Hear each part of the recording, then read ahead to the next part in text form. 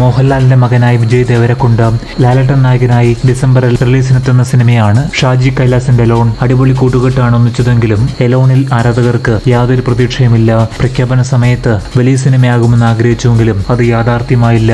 Dubbing എല്ലാം പൂർത്തിയാക്കി editing ടേബിളിലാണ് Elon. ചില സൂചനകൾ പ്രകാരം ഗോൾഡും എലോണും ഒരേ ദിവസം റിലീസാവുകയാണ്.